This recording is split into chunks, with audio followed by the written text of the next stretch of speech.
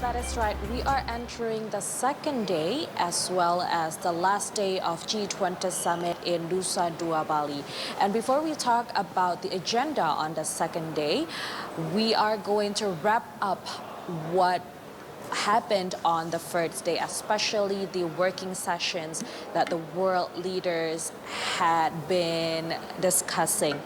On the first session, on the first day of G20 summit, the world leaders talk about global economy, food security, and energy.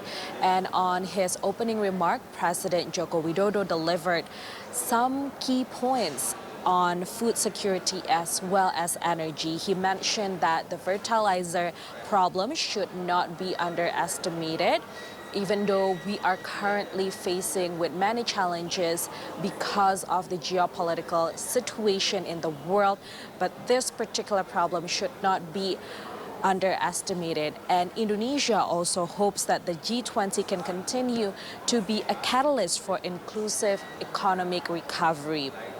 He also mentioned that the collaboration between G20 countries able to produce concrete achievements, prepare funds to face the upcoming pandemic, and also assist low-income countries' fiscal space through resilience and sustainability trust.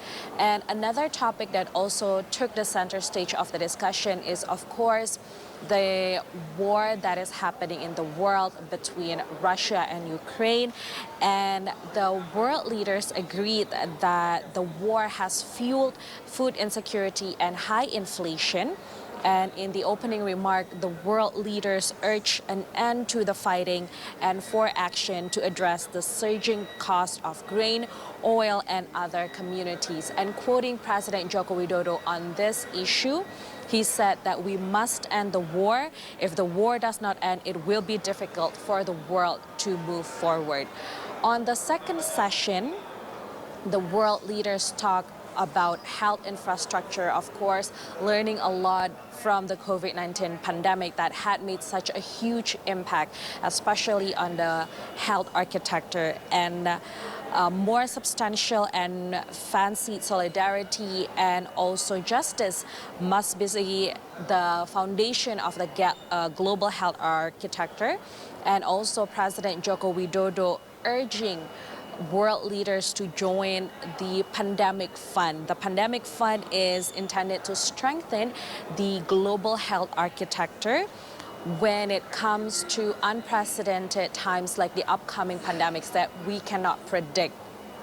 So with this pandemic fund, Indonesia hope that when the next pandemic hit the world, we are ready with the infrastructure and also architecture that needed. Indonesia itself has committed $50 million into this pandemic funds, and also urging the developing countries to empower developing countries to become part of the global health supply chain, including manufacturing and research centers. So during the G20 summits, not only working sessions that took the highlights of the day, the US, Japan, and also Indonesia had a partnership for global infrastructure and investment. And during the press conference, the President of the United States, Joe Biden, delivered that back in June, the G7 leaders had launched this partnership program and also announced that they will mobilize $600 billion for global infrastructure investment by 2027. And Indonesia itself will receive $20 billion in 5 years to support the nation's efforts to reduce emissions, expand renewable energy, and also to support workers affected by the transition away from coal.